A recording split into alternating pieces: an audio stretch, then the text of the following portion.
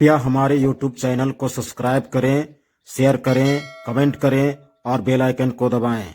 धन्यवाद। हालेलुया, जय मसीह की। प्रभु की स्तुति हो।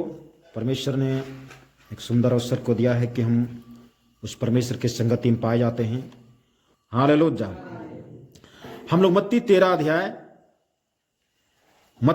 अध्याय का हम लोग पढ़ेंगे 1 से आगे।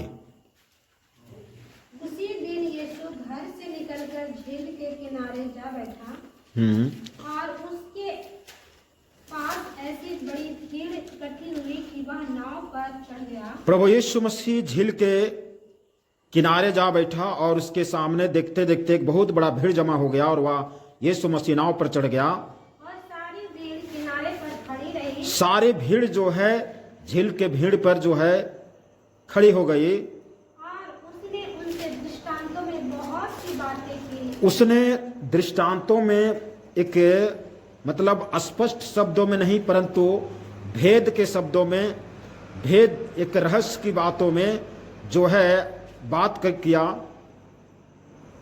एक बोने वाला बीज बोने निकला। एक बोने वाला बीज बोने के लिए निकला। बोते समय कुछ बीज मार्ग के किनारे गिरे। कुछ बीज जो है दाना जो है रास्ता किनारे गिरा और पक्षियों ने आकर उन्हें चुग लिया। चिड़ियों पक्षी लोग आकर के रास्ता किनारे वाला आकर के चुग लिया। कुछ बीज पथरीली भूमि पर गिरे और कुछ बीज जो है पथरीली भूमि पर गिरा जहाँ उन्हें बहुत मिट्टी न मिली जहां पर मिट्टी ना मिला और गहरी मिट्टी न मिलने के कारण गहरी मिट्टी नहीं मिलने के कारण वे जल्द उगाए पर सूरज निकलने पर वे जल गए सूरज निकलने पर वह जल गया और जड़ न पकड़ने से सूख गए। जड़ नहीं पकड़ने से वह सूख गया। कुछ बीज झाड़ियों में गिरे कुछ भी झाड़ियों में गिरा और झाड़ियों ने बढ़कर उन्हें दबा डाला। झाड़ियों ने बढ़ करके उस पौधा को दबा दिया। पर कुछ बीज अच्छी भूमि पर गिरे कुछ बीज जो है अच्छी भूमि पर गिरा, और फल लाए, कोई 100 गुना, कोई 100 गुना, कोई 60 गुना, कोई 30 गुना। जिसके कान हो वह सुन ले। जिसके कान हो या सुन ले। हालेलुया। सचमुच में ये वचन जीवित है, दोधारी तलवार से भी अधिक चोखा है।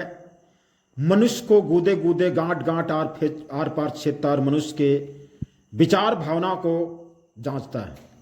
हालेलुया। परमेश्वर का वचन जीवित है, जिंदा। हालेलुया। जीवित का मतलब होता है कि वो काम करे, या तो बढ़े या हरियाली दे या कुछ ना कुछ उसके अंदर में ग्रोथ होनी चाहिए, डेवलप होनी चाहिए, विकास होनी चाहिए। उसी को हम कह सकते हैं जीवित। हालेलुया। मान लिया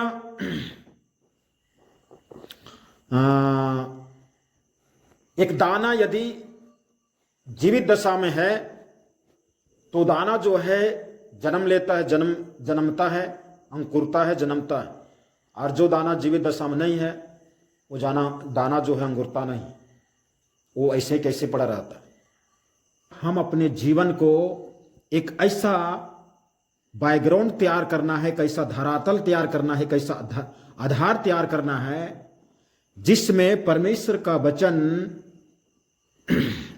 30 गुना, 60 गुना और 100 गुना फल लाता है। हालेलुया। ये 30 गुना, 60 गुना और 100 गुना फल लाने के पीछे रहस्य क्या है, भेद क्या है। दूसरे विश्व युद्ध में अमेरिका ने जहां पर एटम बम को गिराया वहां पर आज कोई हरियाली नहीं है। लोग जो हैं परेशान हैं, वहां पर बीज डाल मतलब लगा देते हैं उस जमीन पर, लेकिन कितनों अच्छा बीज हो, महंगा बीज हो, उस जमीन पर वो बीज अंकुरता है, लेकिन अंकुरने के बाद वो मर जाता है वहीं अंदरे में, जरा सा भी नहीं बाहर आता है। क्यों? क्योंकि वो धरातल, वो जमीन, वो आधार जो है वो मरी हुई है। वहां का जो उपजाऊ चीज था, उपजाऊ जमीन था, उपजाऊ जो उस मिट्टी में जो गुण था, वो गुण समाप्त हो गया। एटम बम के जो है हमला के द्वारा वो जमीन भी बर्बाद है। और वहां पर जितना भी लोग हैं, मनुष्य, कोई सही आदमी नहीं है। कोई लंगड़ा है, कोई लूल्हा है, कोई अंधा है, कोई क्या है, कोई त्रिपट मतलब तिरछा होके चलता है, कोई क्या होके चलता है, कोई अंधा है, मतलब सही नहीं। जब वहां पर कोई पेड़ पौधा विकास नहीं कर रहा है, जीव जंतु विकास नहीं कर रहा है, आदमी विकास नहीं कर रहा है, और उस जमीन पर हम यदि अच्छा से अच्छा बीज लेकर के लगाएं, तो क्या वहां पर वो बीज जन्मेगा, बढ़ेगा? हालेलुया। क्या कुछ इसी प्रकार से हमारा मन भी हो गया? क्या हमारा दिल भी क्या हो गया उसी तरह से, जो उस हिरोशिमा और नागासाकी में जो अमेरिका में एटम बम गिराया द्वितीय विश्व युद्ध में, और जो है अपना जीतने के लिए, लेकिन वहां की मानव के लिए हमेशा हमेशा के लिए मौत और श्राप को लेकर आया। क्या उसी प्रकार से हमारे मन भी बन गया कि ये परमेश्वर का वचन वहां कितनों बोया जाए, कितनों बोला जाए, कितनों समझाया जाए, ये फलवंत होता नहीं।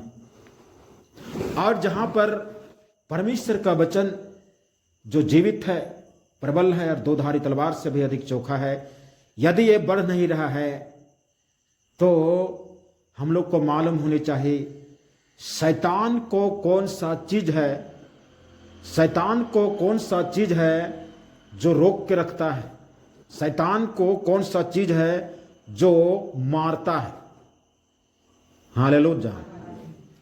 हम लोग इफिसियों के पत्र में पढ़ते हैं, परमेश्वर के सारे हथियार को बांध लो, और परमेश्वर के सारे हथियार में से जो है परमेश्वर का वचन जो तलवार है ले लो। हालेलुया। शैतान को कैसे मारिएगा, शैतान को कैसे कुचलिएगा? तलवार से। हालेलुया। और तलवार हमारे अंदर में पनप नहीं रहा है, बढ़ नहीं रहा है, तो कैसे मारेगा उस शैतान को? उस दुष्ट आत्मा को कैसे हम हरा सकते हैं? जो शैतान गुस्सा के मारे, क्रोध से भरा हुआ, हमारे विरोध में क्रोध से भरा हुआ है, क्योंकि हमारे अंदर में रह करके उसका जीवन सुखमय जीवन था, आनंदमय जीवन था। लेकिन जब वो यहां से निकल गया ना, वो बेघर हो गया। वो दुनिया में उसको मेरे हृदय, मेरे मन की जगह जैसा उसको धरती में नहीं मिल रहा। जब नहीं मिल रहा है तो गुस्सा आएगा, क्रोध में आएगा। तो परमेश्वर का वचन जब 30 गुना, 60 गुना और 100 गुना बढ़ता है, तो परमेश्वर का वचन का बढ़ने का कारण है, मतलब बढ़ने से मतलब ये फायदा है कि दुष्ट आत्मा का हमारे जीवन में जो हस्तक्षेप होता है, हमला होता है या काम होता है, ये दुष्ट आत्मा का काम जो है धीरे धीरे धीरे धीरे समाप्त हो जाता है, एक दिन हमेशा के लिए खत्म हो जाता। हालेलुया। तो क्या हमारा जमीन मतलब परमेश्वर का वचन हमारे अंदर में जीवित दशा में है?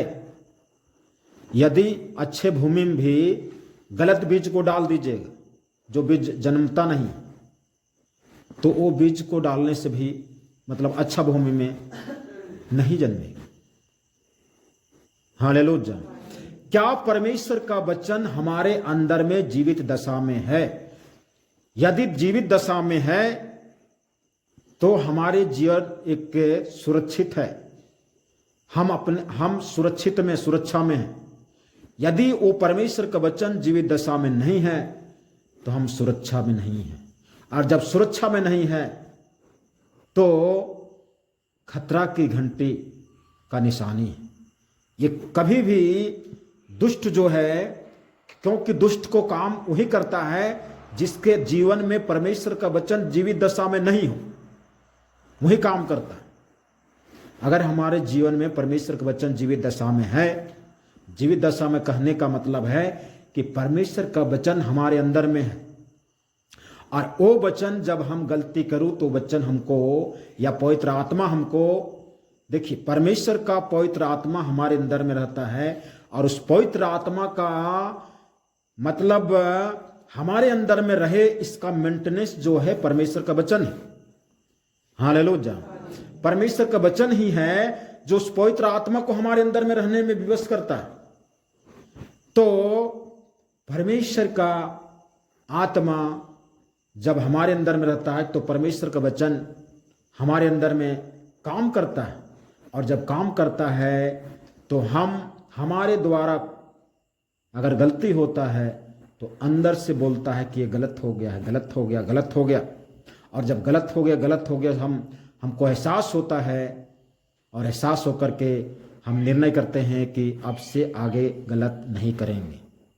जब इस तरह की एहसास हो जाता है तो समझिए परमेश्वर का वचन जीवित दशा में है, और ये परमेश्वर का वचन यदि जीवित दशा में है और इस तरह से एहसास दे रहा है, और हम नज़रअंदाज करते जा रहे हैं, छोड़ते जा रहे हैं, नहीं सब कुछ चलता है प्रभु, सब कुछ होगा प्रभु, फलना अगला आदमी करता है हम भी करेंगे, तो एक दिन ये एहसास दिलाना बंद कर देगा पवित्र आत्मा। परमेश्वर का वचन एहसास दिलाना बंद कर देगा, और जब बंद कर देगा तो फिर वही पथरीला वाला भूमि, झाड़ी वाला भूमि और रास्ता किनारे वाला भूमि बन जाए, जहाँ पर फल फलता नहीं, बंजर भूमि है। जैसे जापान के हिरोशिमा और नागासाकी में अमेरिका ने एटम बम गिराया ना, तो उसके समान हमारा भी मन बन जाएगा, हमारा भी दिल बन जाएगा, और बन जाएगा तो फिर परमेश्वर का वचन कैसे हो डाला जाए तो फिर बढ़ेगा नहीं।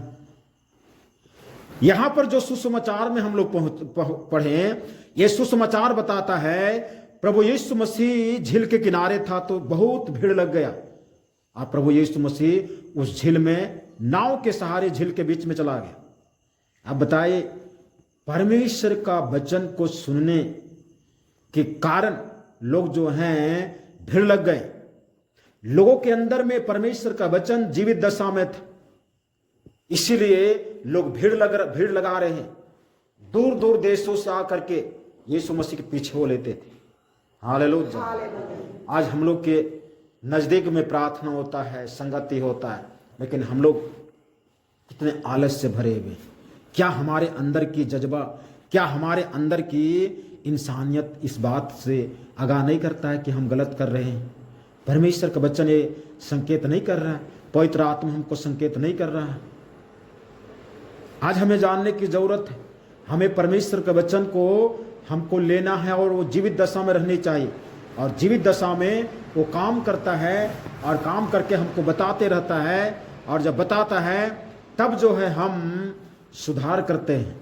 और हमें जब आत्मा अंदर में कुछ बोल रहा है, गलत हो रहा है, हमको सुधार करने चाहिए। यदि हम नहीं सुनेंगे तो एक दिन ये हमारे लिए नासुर बन जाएगा। नासुर जैसे मुंह बंद फोड़ा गूड़ा, जो बिल्कुल जो है अंदर ही अंदर एक बहुत बड़ा गोला बन रहा है, और अंदर ही अंदर खून को जो है सफेद पीप में पल्स में जो है बदल दे रहा है।